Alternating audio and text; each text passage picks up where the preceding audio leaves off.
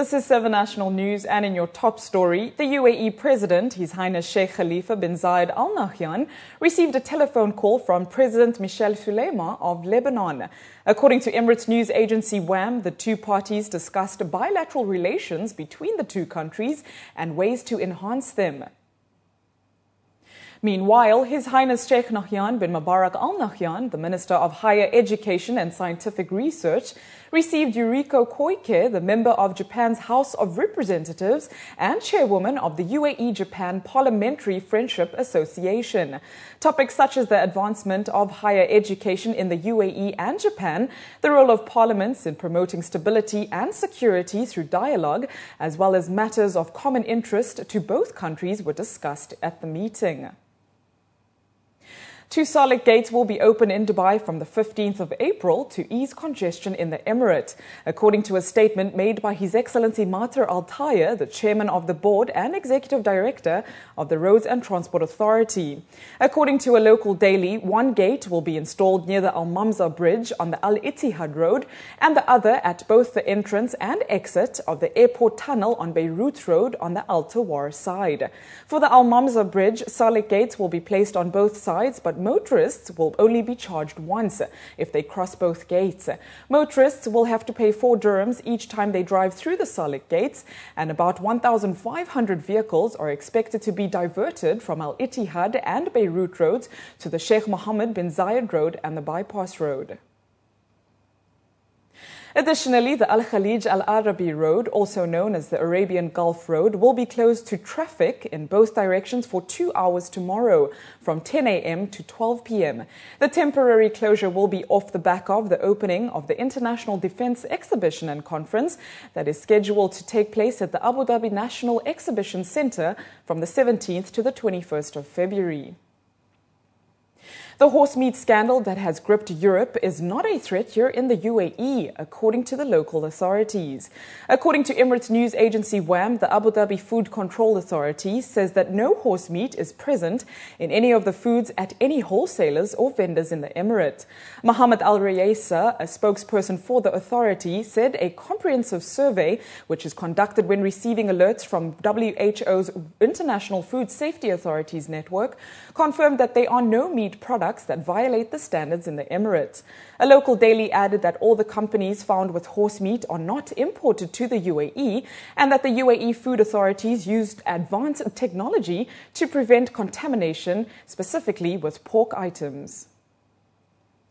Dubai residents continue to respond to calls for blood donors in an effort to help save lives. Recently, the Jebel Ali International Hospital, in collaboration with Dubai Blood Donation Centre, held a donation drive. According to hospital officials, they intend to hold the blood donation drive once again based on the interest that was shown at the initial event. Thalassemia patients require almost half the donations received by the blood centre.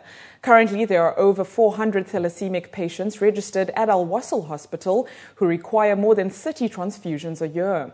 Patients in trauma wards, cancer patients, as well as women going through childbirth are among those in need of help. We as a private hospital, we don't have a large stock and we try of blood, and we try to support also the government, which is taking care of blood banks in the country. And we feel like every one of us can contribute and help for other people to be helped when they are in need. And this is something that all of us can do, and it only takes a few minutes. It doesn't hurt. And we feel that this initiative is really helpful not only for the community, but also for every one of us, because it's actually quite healthy to donate blood. The initial event saw 60 blood donors from the 85 who volunteered and applied. Employees of Seda's Jebel Ali International Hospital and companies within the vicinity took time out to donate blood.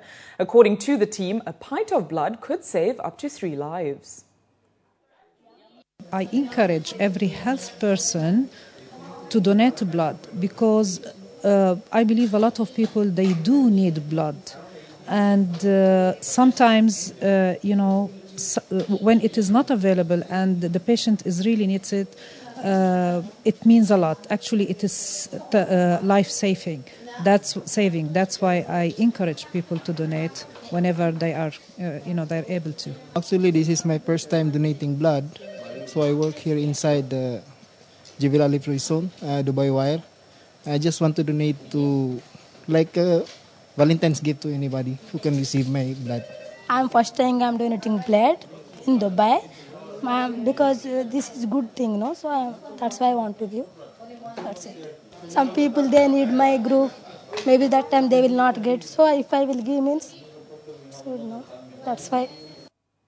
A team of ambitious 8-year-olds sailed around the world today, and it only took the group of 20 children a couple of hours to do so. Luckily, it was Nakhil's World Islands off the coast of Dubai, right here in the UAE.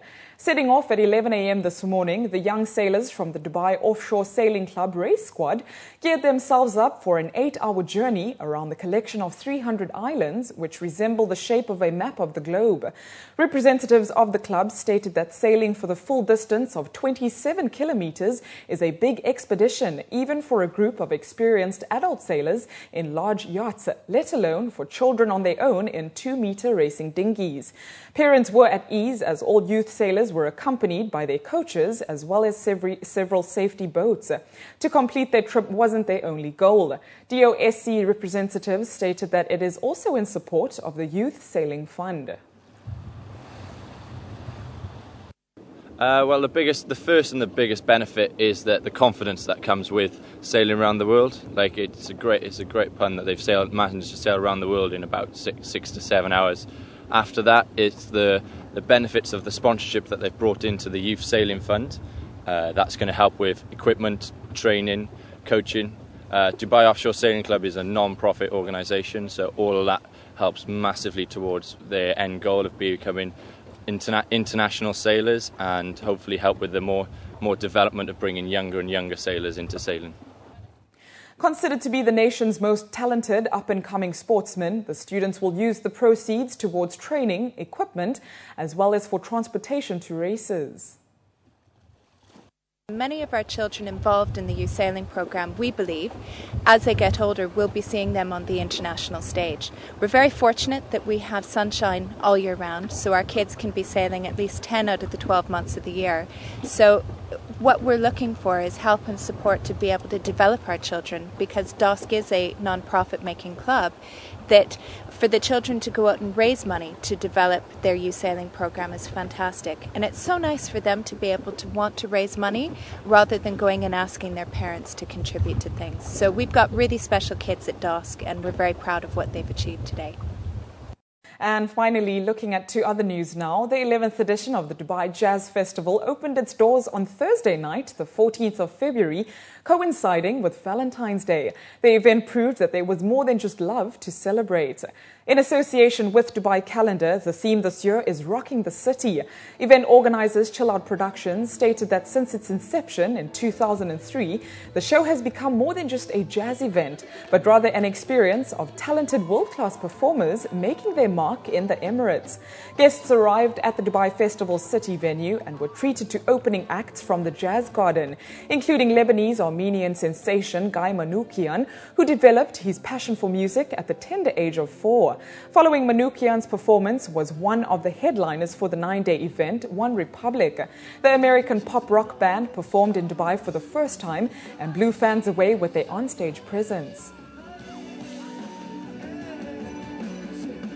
He plays all the music which comes from that part of the world, from the Mediterranean. So now you hear this is some Greek, okay? Then he mixes Greek with jazz, and he mixes it so you see, he has made so many CDs, but you listen to the music. I can't tell you really the titles, but you put down this music and you just jump. This is what it is about. Of course, for any music festivals and concerts, it's really important for all the artists to go back home, whether it's States or Europe, and talk about Dubai and the experience they had in Dubai. And we met a lot of, when we played with Guns N' Roses, which are coming back again to Abu Dhabi, they've had such a good time that it's easier for us to bring them back here as well. I think through music, Dubai and the Emirates in general has really exposed themselves across the world, and it's such a beautiful thing to see. And being a musician myself, I think we're blessed to be the ambassadors, if you like, for the country, and in that way. And it's an honor. So One Republic, I've been a massive fan for a long time, and I heard they're really good live, so I'm excited for their music. From a crowd point of view, it's much better. From a band's point of view, you're talking about people that are, or bands that are really world-renowned bands. So yeah, it improved a lot. Huh? And that's by the way, is Dubai. You know, Dubai 10 years ago wasn't what Dubai is right now. Huh?